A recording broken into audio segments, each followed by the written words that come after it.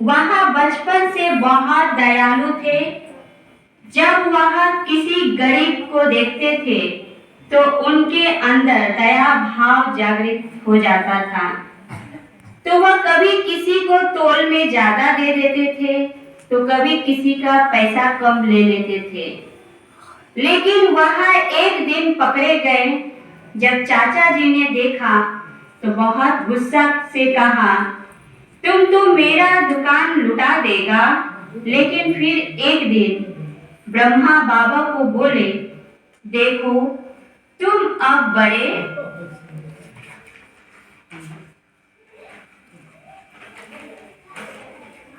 हो गए हो, अब तुमको खुद अपने पैरों पर खड़ा होना होगा। परंतु बाबा अपने चमत्कारी बुद्धि से और अथक पुरुषार्थ द्वारा छोटे व्यापारी से उठकर एक प्रसिद्ध जौहरी बन गए, जिन्हें हीरे जवाहरों का अचूक परख था। वह अपने इस व्यापार के कारण राजा महाराजा धनवान व्यक्ति से संपर्क था। नेपाल के राजकुल एवं उदयपुर के महाराजा से संपर्क थे। बाबा के संपर्क में आने वाले राजा बाबा पे इतना विश्वास था, वह खुले आम राजा के महल में आने का एक अलाव था। राजमहल के राजमाता अपने बहु बेटियों को निसंकोच बुलाकर मन पसंद गहना दिया था। लेकिन क्योंकि राजमहल के वासियों को बाबा धर्मनिष्ठ और स्वभाव से भली भांति परिचित हो गए थे। कई बार राजा लोग बाबा को कहते थे, लकीराज बाबू, भगवान से तो भूल हो गई कि हमको राजा बनाया, परंतु आपको नहीं बनाया, क्योंकि राज्यपाल में सभी संस्कार तो आप में हैं। परंतु वास्तव में भगवान को कोई भूल नहीं हुई, क्योंकि वह राजे तो एक जन्म और एक ताज वाले थे। जबकि भगवान ने बाबा को डबल देखा तो बहुत गुस्सा से कहा, तुम तो मेरा दुकान लुटा देगा। लेकिन फिर एक दिन ब्रह्मा बाबा को बोले, देखो तुम अब बड़े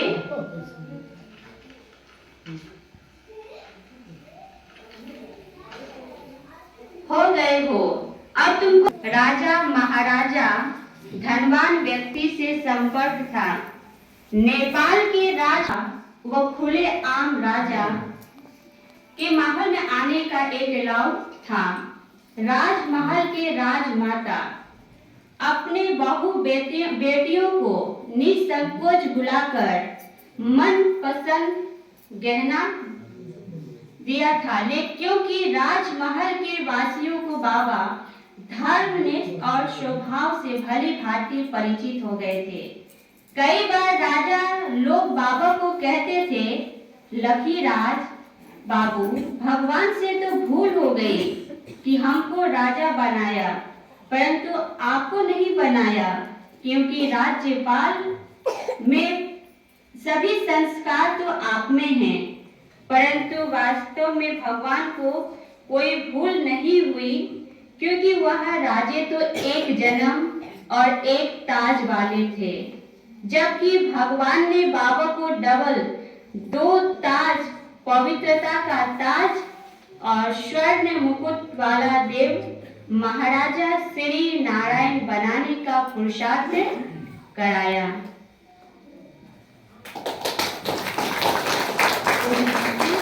आप जानेंगे कि बाबा कैसे भक्ति काल में बाबा करते थे। तो ब्रह्मा बाबा का बाल्यकाल से ही श्री नारायण के अनन्य भक्त थे। श्री नारायण की स्मृति उन्हें इतनी प्यारी लगती थी कि वो अपना पूजा पाठ के कक्ष के अतिरिक्त श्री नारायण के चित्र अपने सिरहाने में भी रखा करते थे और अपना तिजोरी और जेब में भी चित्र रखते थे। बाबा भक्ति और भावनाओं में इतना परिपक्व था कि व्यापारी या घर का कैसी भी परिस्थिति हो, एक दिन भी वो भक्ति पूजा पाठ नहीं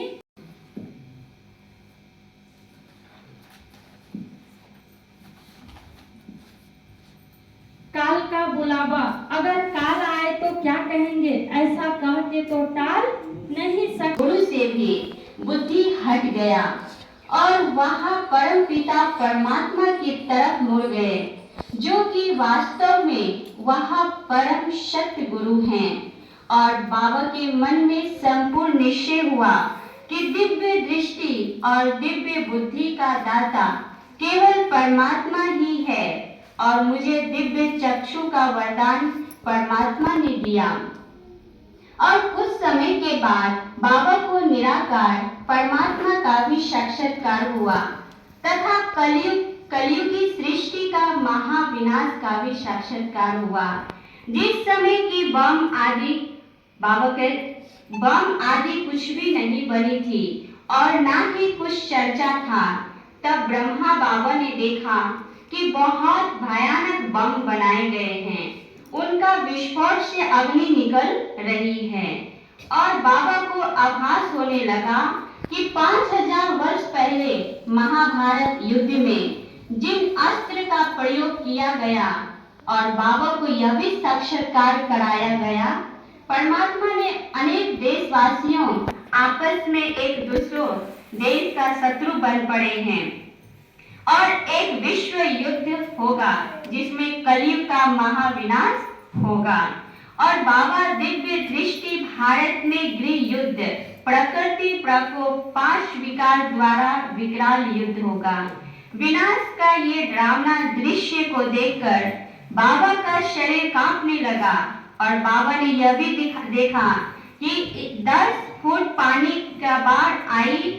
जीव प्राणी भयभीत होकर जान बचाने के लिए इधर उधर भाग रहे हैं, परंतु वह बच नहीं पा रहे हैं। कहीं आसमान से अग्नि का गोला गिर रहा हो, तो कहीं मूसलाधार बारिश, तो कहीं धरती फट रही है।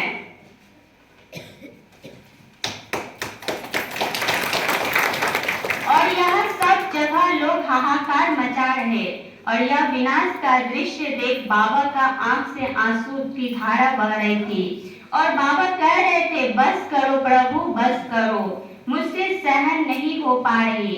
भविष्य का महाविनाश को देखकर अब बाबा का मन अपने व्यवसाय से उठने लगा और अपने भागीदार को बोले, अब हमें इस व्यापार से छुट्टी दे दो। उस समय बाबा का बिजनेस कलकत्ता मुंबई में चल रहा था और ये छुट्टी वाली बात सुनकर बाबा के भागीदार को लगा कि बाबा को अचानक क्या हो गया जो ऐसे बोल रहे हैं, कहीं लकीराज दादा हमसे नाराज तो नहीं हो गए। तब बाबा ने मुस्कुराते हुए कहा, देखो, मैं कोई मतभेद के कारण यह छुट्टी नहीं मांग रहा हूँ, बल्कि इसलिए कि अब यह धंधा मुझे झूठा लगने लगा है। अब हमें ईश्वरीय आवाज आया कि अब कलयुग का महाविनाश होने वाला है, अतः हमें अब यह धन ईश्वरीय सेवा में लगाना है। अपने भागीदार को कहा, अब हिसाब किताब कर लो, लेकिन हम बैठकर नहीं करेंगे, आप बाद में अपने वकील द्वारा जैसे ठीक समझो हिसाब किताब करा देना। जब बाबा के पास कुछ समय के बाद वकील का हिसाब संबंधित कागज आया, तो बाबा उस कागज के पीछे भाग में अपने घर वालों के लिए एक पत्र लिखा, जिस पत्र में लिखा था कि अलिफ को अल्लाह मिला, वे को मिली झूठी बादशाही, आई तार अलिफ को हुआ रेल को राही। अलिफ माना ब्रह्मा बाबा, वे माना उनका भागीदार। और बाबा जब बनारस से सिद्ध आए, जहां बाबा का घर थे, तो बाबा का जीवन बिल्कुल बदला हुआ था और बाबा दिनों दिन एकांत प्रिय होने लगे। एक दिन फिर बाबा को विष्णु का साक्षात्कार हुआ। बाबा के सामने प्रकट होकर कह रहे थे, अहम चतुर्भुज तत्त्वम। और बाबा को साक्षात्कार से बहुत खुशी मिली और तभी से बाबा के मन के अंदर अनेक प्रकार के चिंतन चलने लगे। मुझे जो तत्व तुम का जो वरदान दिए वह कौन है, उनका वास्तविक भाव क्या है, साक्षात्कार मुझे किसने कराए हैं, यह सब चिंतन में बाबा में खो गए।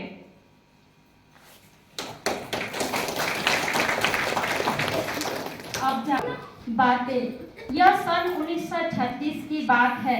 बाबा के घर में बहुत बड़ी सभा का आयोजन हो रही थी, जिस सभा में बहुत से लोग बैठे हुए थे। उस सभा में बाबा भी बैठे थे और गुरु का भाषण भी चल रहा था, परंतु बाबा उस समय सभा से उठकर अपने कमरे की ओर जाने लगे। इससे पहले बाबा सभा से कभी नहीं उठते थे, क्योंकि बाबा को लगता था कि गुरु का अवज्ञा होगा। पर उस दिन बाबा के अंदर कुछ और ही बात थी और बाबा अपने कमरे में जाकर अशरीरी अवस्था में बैठ गए और तभी ही सृष्टि के रचयिता परमपिता परमात्मा शिव का प्रवेशता हुई और होने के बाद पूरा कमरा एक लाल प्रकाशमय हो गया। बाबा के नयन में ऐसा लाली थी, लगता था जैसे उनमें कोई लाल दीपक जलता हो। बाबा एकदम अशरीर हो गए थे। इतने में एक आवाज ऊपर से आती है।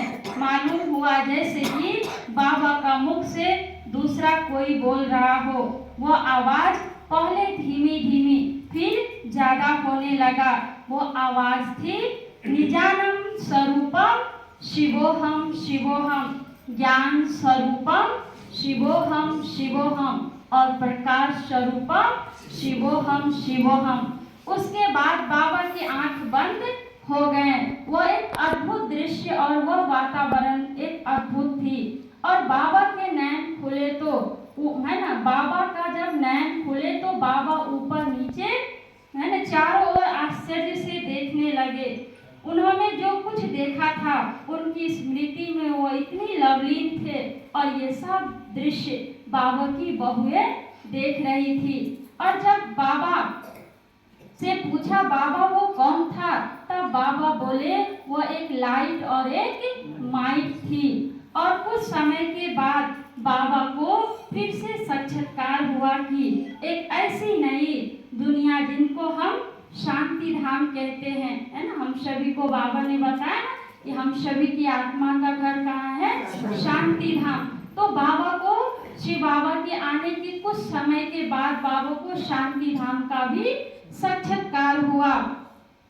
शांति है ना, शांति धाम का भी साक्षात्कार हुआ। आत्मा है ना, वहां से आत्मा नीचे आकर राजकुमार और राजकुमारियां बनते जा रहे हैं, है ना। फिर उसे एक लाइट और एक माइट ने कहा तुम्हें अब ऐसी दुनिया बनानी है, पर कैसे बनाना है यह उनको बताया नहीं। अब फिर बाबा गहरी सोच करते और कहते थे वो कौन थे जो मुझे ऐसा ज्ञान युक्त दिव्य साक्षात्कार कराती है, उनके पीछे यह रहस्य क्या है। बाबा का परिवारजन भी सोच में थे कि पता नहीं बाबा को अचानक क्या हो गया। बाबा एक गहरी आत्मचिंतन में खोए रहते थे। स्वयं बाबा को भी आगे चलकर यह सारा रहस्य स्पष्ट हुआ कि परमपिता परमात्मा शिव ने दादा लेखराज अर्थात ब्रह्मा बाबा के तन में प्रवेश होकर अपना परिचय दिया और कलयुग आसुरी सृष्टि का महाविनाश का भी साक्षात्कार कराया।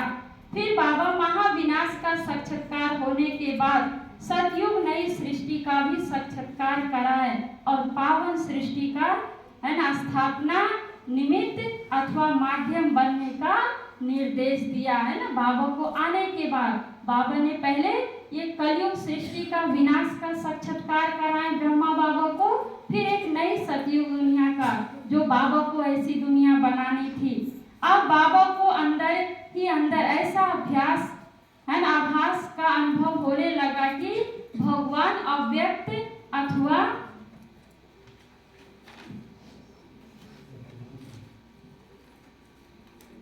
गुप्त रूप में उन्हें गीता ज्ञान दे रहे हो, अब साथ साथ उस ज्ञान से स्थिर और अनुभूति का भी रसवादन करने लगे। बाबा की बुद्धि में स्वतः ही यह सूझ भी प्राप्त होती रही कि गीता में भगवान के वास्तविक महावाक्य कौन सा है, और धीरे धीरे बाबा को विवेक का भी प्राप्ति होने लगा और इस सत्यता में विश्वास और दृढ़ता हुई कि गीता एक ऐसी शास्त्र है जिनमें स्वयं भगवान के महावाक्य है, परंतु अब स्वयं भगवान उन्हें गीता ज्ञान दे रहे थे और उनका अनुभूति करा रहे थे। जो गीता बाबा नित्य दिन पढ़ा करते थे, अब स्वयं भगवान उनका ज्ञान पिपास तृप्त कर रहे थे और वह अर्जुन के भांति वो ज्ञान सुन रहे थे।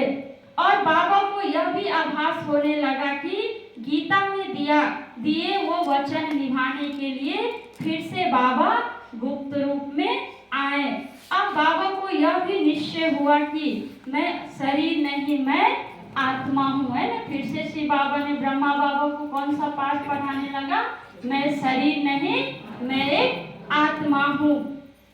शरीर नहीं, मैं एक आत्मा हूँ, अविनाशी आत्मा। यह शरीर विनाशी है, आत्मा अविनाशी है। बाबा को यह भी आभास होने लगा कि कुछ समय वर्ष बाद यह कलयुग सृष्टि का महाविनाश होना है। तब बाबा अपने संबंधी एवं मित्रों को भी आत्मा का ज्ञान देकर उन्हें प्रभु प्रेम स्नेह में मगन अपनी नजर से निहाल करने लगे और बाबा भी आत्मा अनुभूति की मस्ती में रहने लगे और सबको कहते थे कि मैं भी आत्मा, यशोदा का भी आत्मा, है ना। इस प्रकार बाबा ने आत्मा का पाठ पढ़ाने लगे।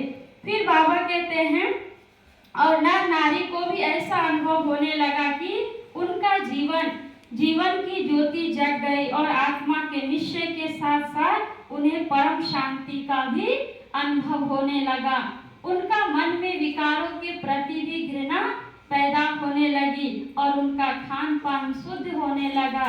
इस प्रकार ईश्वरीय ज्ञान द्वारा अतीन्द्र सुख का अनुभव करने लगे और नर नारी आत्मिक उन्नति करने लगे थे। और दूसरे तरफ सिंध में इस बात की धूम मची कि ओम बाबा के सत्संग में कोई जाता तो उसे परम शांति की अनुभूति होता है और श्री कृष्ण का भी साक्षात्कार होता है। जाने पर माताओं मिट्टी से सने हुए मेले कपड़े पहनती थी और रोती रहती थी, परंतु बाबा के ज्ञान सुनने से अनेक के मन पर इतना गहरा प्रभाव पड़ा कि लोग लाज और आसुरी मर्यादा अथवा कुर्तियां तोड़कर आत्मिक सुख में रहने लगी। उस समय यह संस्था को ओम मंडली के नाम से जाने जाते थे। ओम मंडली में आने वाली अनेक माताओं के जीवन में इस प्रकार कई सुधार हुआ। इस सत्संग में आने वाली माताओं के मन में दहेज प्रथा और बनाव श्रृंगार से उठ गया, अतः उनके जीवन में सुधार देखकर सिद्ध में विशेष तौर पर लोगों के मन में ओम मंडली के लिए एक आदर भावना उत्पन्न हो गया था, क्योंकि वे सोचते थे कि शताब्दियों से चली आई प्रथाओं और कुर्तियों को जिन्हें कि अन्य कोई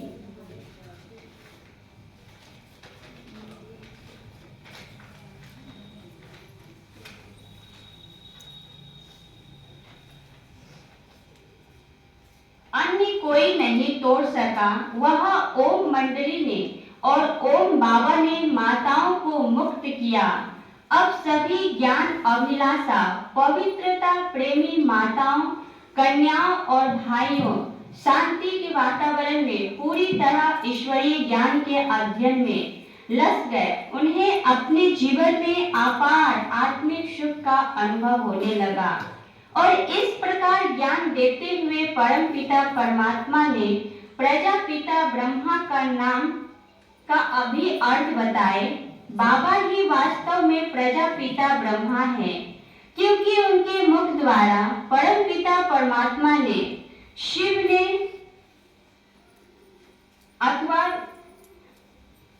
ने शुद्ध अथवा विकारी नर नारियों को सच्चे ब्राह्मण बनाए। क्योंकि आज हर एक इंसान के अंदर क्या बना हुआ है?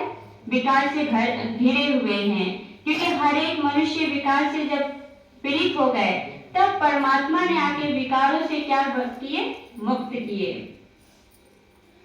नर नारियों को सच्चे ब्राह्मण बनाया और सतयुगी पावन नई सृष्टि की स्थापना किए। इस प्रकार कई ज्ञान युक्त बात शिव बाबा इस प्रजापिता ब्रह्मा बाबा के द्वारा समझाए। अतः इस छोटे से ओम मंडली का नाम दूसरा पड़ा, जिसको कहते हैं राजस्व अश्वमेध अविनाशी रुद्र गीता ज्ञान यज्ञ। क्योंकि यहाँ मन रूपी अश्व किसको कहते हैं? घोड़ा को ज्ञान अग्नि में स्वाहा करके सतयुगी स्वराज्य प्राप्त करने के लिए ही ज्ञान की धारणा अपने जीवन में करते हैं। आज से 5000 वर्ष पहले भी गीता ज्ञान यज्ञ ने भगवान पांडवों द्वारा कराए थे। अब फिर से भगवान जो गीता का रचयिता है, उन्होंने प्रजापिता ब्रह्मा और ब्राह्मण अथवा ब्रह्मा कुमार कुमारी द्वारा इस यज्ञ की स्थापना करा रहे हैं। इस यज्ञ को प्रजापिता ब्रह्मा कुमारी ईश्वरी है। यह प्रसिद्ध हो गया क्योंकि स्वयं परमपिता परमात्मा शिव ने ब्रह्मा द्वारा सहज ज्ञान और सहज राजयोग द्वारा मनुष्य से देवता अथवा नर को श्री नारायण और नारी को श्री लक्ष्मी के पद का योग्य बनाए।